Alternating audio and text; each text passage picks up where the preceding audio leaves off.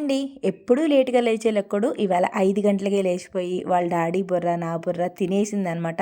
తెల్లారిపోయింది లేవండి, తెల్లారిపోయింది లేవండి అని చెప్పి, ఇంకెలా కాదని చెప్పి బయటికి తీసుకెళ్ళి, "నువ్వు వెళ్లి వాకింగ్ చెయి, నేను వంట చేస్తానంటే" ఫేస్ అష్టవంకర్లు తిప్పి తొందరగా లేపడం తప్పైపోయింది. తప్పదు ఇంక మా అమ్మ నన్ను వదలదు అని చెప్పి 2 రౌండ్లు వేసేసి ఇంక రెడీ అయ్యి స్కూల్‌కైతే వెళ్ళిపోయింది. లక్కోడు స్కూల్‌కి వెళ్ళిన వెంటనే పూజ అయితే చేసేసుకొని, ఇవాళ బ్రేక్‌ఫాస్ట్‌కి పన్నీర్ పరాటా చేస్తున్నాననమాట. టేస్ట్ అయితే చాలా చాలా బావుందంట. మా ఆయన చెప్పారు. నేనంటే మళ్ళీ మీరన్నీ బావున్నాయంటారు అని చెప్తారు కాబట్టి మా ఆయనే చెప్పారండి నిజం.